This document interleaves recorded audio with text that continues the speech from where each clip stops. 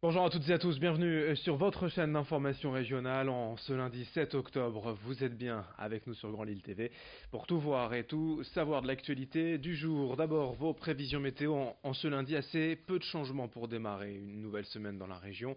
Les nuages et la grisaille restent au programme dans une ambiance tout à fait automnale, avec encore un peu de vent, un temps frais, pas de pluie de prévu aujourd'hui dans la journée, mais un nouveau front pluvieux dans la soirée. Pour les températures, 15 degrés cet après-midi à Lille.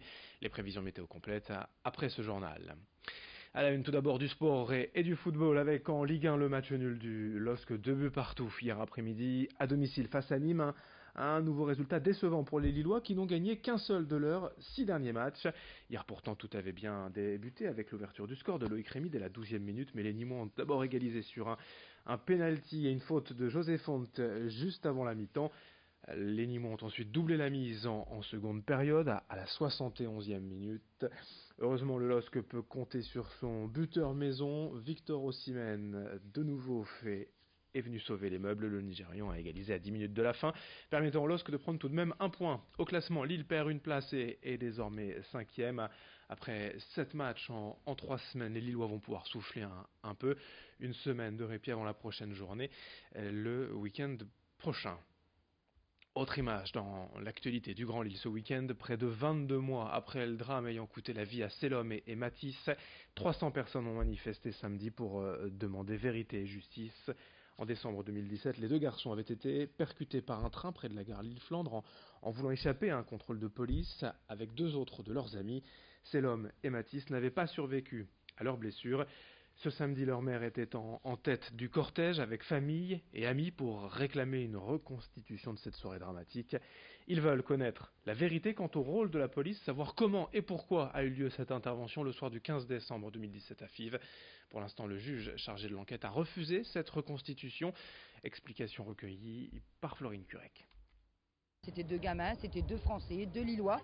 Et ce serait bien qu'on prenne enfin compte de la douleur des familles, parce qu'on n'est pas les seuls en fait, c'est ça le problème. Donc je pense qu'il est franchement temps de taper sur le poing sur la table en disant stop.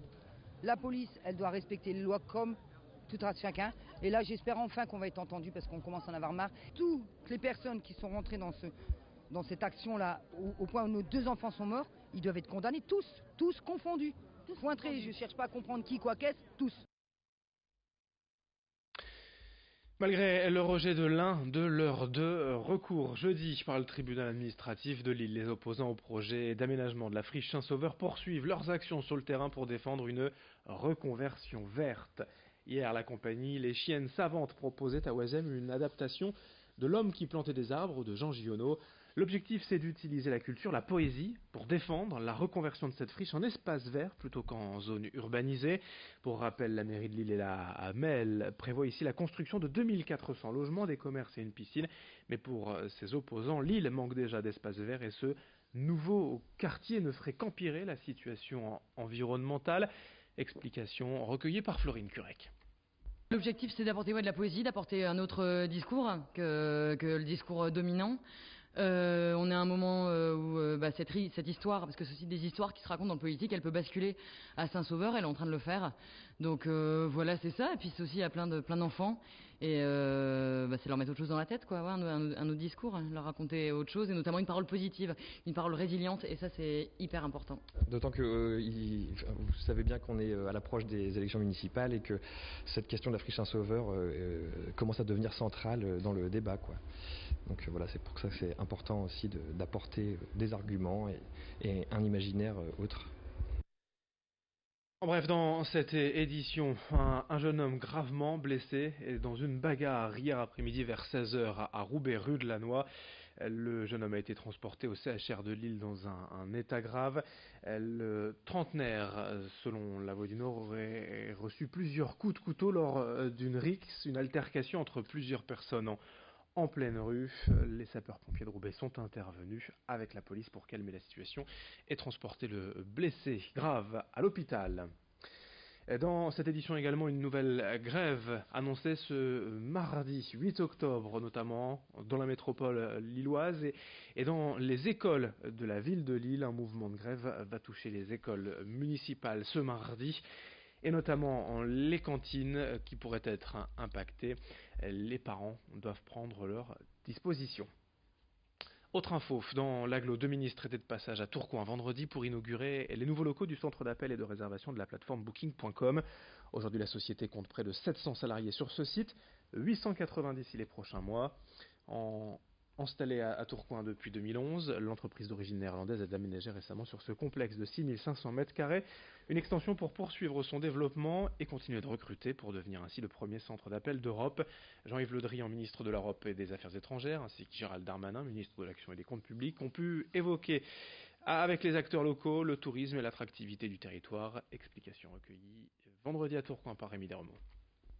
Ça révèle que l'attractivité de la France est au rendez-vous, puisque Booking.com était, c'est vrai, installé à Tourcoing, mais au moment de son extension, a essayé de regarder ailleurs s'il n'y avait pas des éléments plus attractifs, et puis finalement ils refont le choix de Tourcoing. Ça montre que Tourcoing est attractif, mais ça montre aussi que globalement la France est devenue attractive.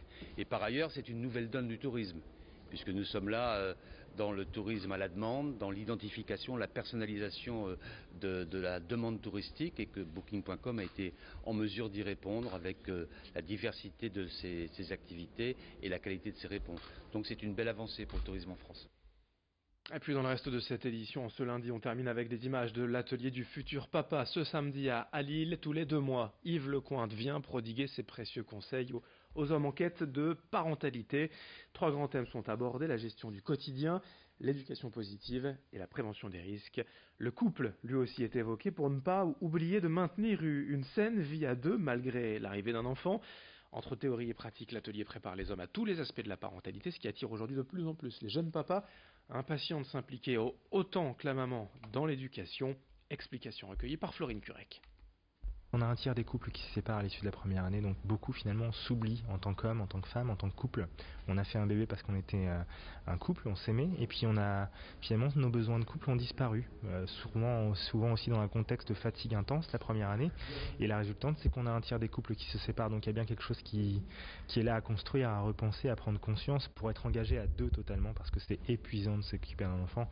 S'occuper d'un enfant toute une journée, ce sera toujours plus difficile que d'aller au travail, même avec le métier le plus difficile du monde. Donc d'avoir ça en tête quand on est un papa, et c'est remercier sa femme, c'est d'être présent avec elle, c'est de lui faire un câlin long et affectueux. Et puis très rapidement, en basket féminin, la reprise pour le SBVA ce week-end et une lourde défaite d'entrée pour les Villeneuvoises qui ont perdu 100 en 60 face à Roche-Vendée. Les guerrières, qui n'en étaient certainement pas hier, entament très mal leur nouvelle saison. Fin de ce journal sur Grand Lille TV, à suivre la météo.